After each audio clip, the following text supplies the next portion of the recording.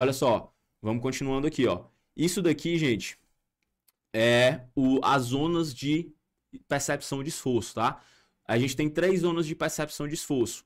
Essa zona aqui é uma zona leve, então um treino leve, um treino que o atleta termina o treino e ele tá de boa, certo? É um treino leve. Esse treino aqui na zona 2 é um treino difícil e o treino na zona 3 é um treino muito difícil, certo? Então você tem ali 3 zonas de intensidade. Percebam que cerca de 75% dos treinos é na zona 1. Então, ou seja, os caras fazem essa média de quilômetros por semana, 75% é com a percepção de esforço baixa. Então, a maior parte dos treinos que eles realizam é um treino submáximo.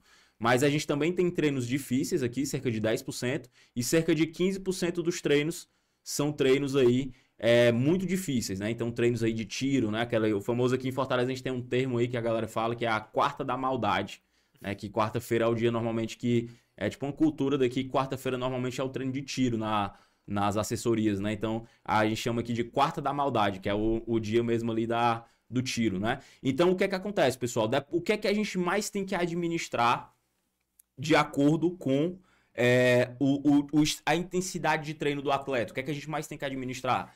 É a ingestão de carboidrato, certo? Então, na verdade, eu vou dizer qual é o termo. O que a gente tem que administrar no nosso atleta é a disponibilidade de carboidrato. O que é a disponibilidade de carboidrato? É a soma do carboidrato exógeno. Agora eu vou falar para vocês, ó, o carboidrato exógeno ele é esse aqui, ó. O carboidrato exógeno, ele está no nosso estômago e no nosso intestino, e o carboidrato exógeno ele está no nosso sangue. Esse é o carboidrato exógeno, ó. Tá no estômago, no intestino e no sangue. Então, ou seja, ele ainda não está dentro do músculo nem dentro do fígado.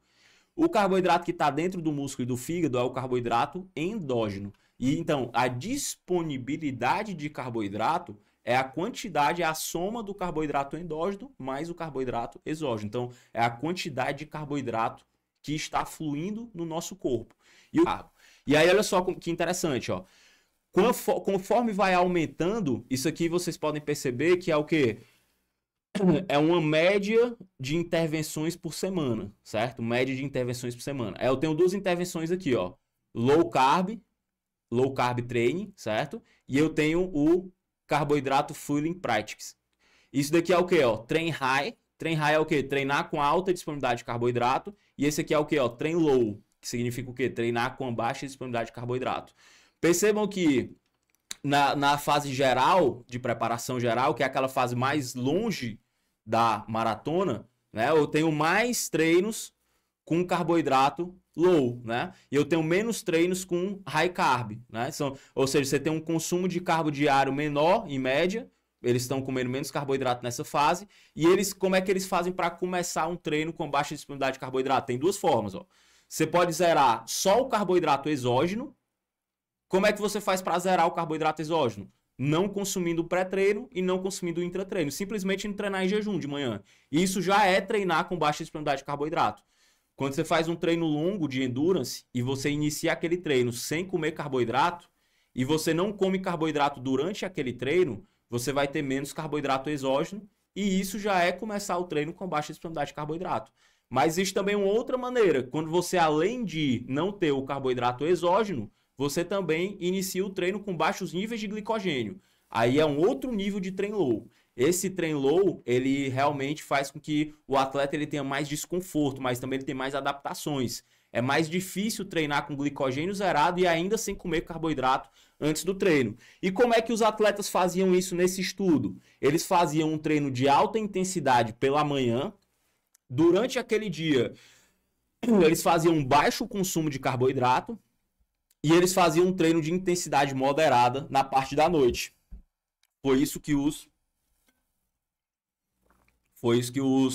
pesquisadores documentaram nesse estudo. Então, ó, eles iniciavam o treino da manhã comendo um pré-treino com carboidrato, no dia anterior comendo muito carbo, e aí de manhã eles faziam um treino de alta intensidade, um treino nessa intensidade aqui, ó.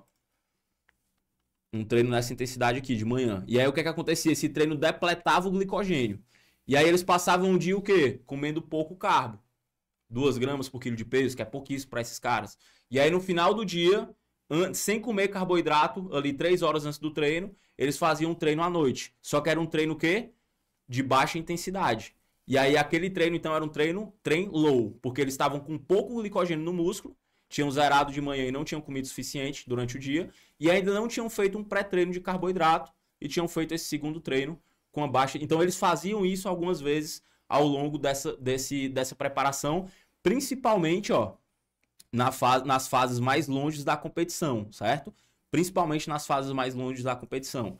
Quando vai chegando perto da competição, pode fazer isso? Não pode mais fazer isso, tem que ser na menor proporção. Por quê? Porque quando você faz treinos com baixa disponibilidade de carboidrato perto da competição, você pode piorar o metabolismo da glicose. Então você tem um metabolismo do ácido graxo, você tem um metabolismo da glicose. Se você errar na conta, ficar só low carb o tempo todo, o teu metabolismo da glicose vai piorar. Então, perto da prova, muito carbo. Longe da prova, pouco carbo. É mais ou menos esse o desenho da periodização nutricional. Então, a partir de agora, quando você for atender um maratonista, quando você for atender um triatleta, quando você for atender alguém que está se preparando para uma prova de endurance, você vai ver quantas semanas você tem para trabalhar com aquele atleta. Se você tem ali 12 a 16 semanas, as primeiras semanas, as primeiras 4 a 8 semanas, você vai trabalhar com menos carbo e você pode até colocar uns treino low durante esse período, que é o quê? Treinar com baixa disponibilidade de carboidrato. Você pode fazer isso fazendo o atleta treinar em jejum, ingerindo pouco carbo no dia anterior daquele treino, mais leve. Você sempre vai fazer isso perto dos treinos leves. Quando for treino de tiro, tem que sempre estar o quê? Ó, carbo fueling, ou seja, isso aqui é ingestão de alta ingestão de carbo, certo? Que é para o atleta começar com um treino full. Então, ó, pegou o teu atleta longe da prova, utiliza, faz ele treinar com baixa disponibilidade de carboidrato. Utiliza dietas com menos carboidrato. É o momento, por exemplo, do atleta perder gordura. Tem muito atleta que a gente atende que ele quer fazer uma meia maratona daqui a 12 semanas e ele tá com percentual de gordura, um homem de 15%, uma mulher com 25%. Esse é o momento para perder gordura, longe da prova. Você vai trabalhar dietas mais baixas em calorias, vai estimular aquele atleta a fazer treino low, alguns treinos com baixa disponibilidade de carboidrato, os treinos leves. E aí depois, quando for chegando perto da prova, você vai aumentando gradativamente o consumo de carboidrato desses atletas, beleza? Então olha só, eles começam ali comendo mais ou menos 4 a 5 gramas por quilo de peso. Na semana mais específica, que é mais pau na máquina, de 7 a 8 gramas por quilo. E pré-prova, até 10 gramas por quilo de carboidrato na supercompensação, na fase de competição, naquela fase mais próxima da prova, tá certo?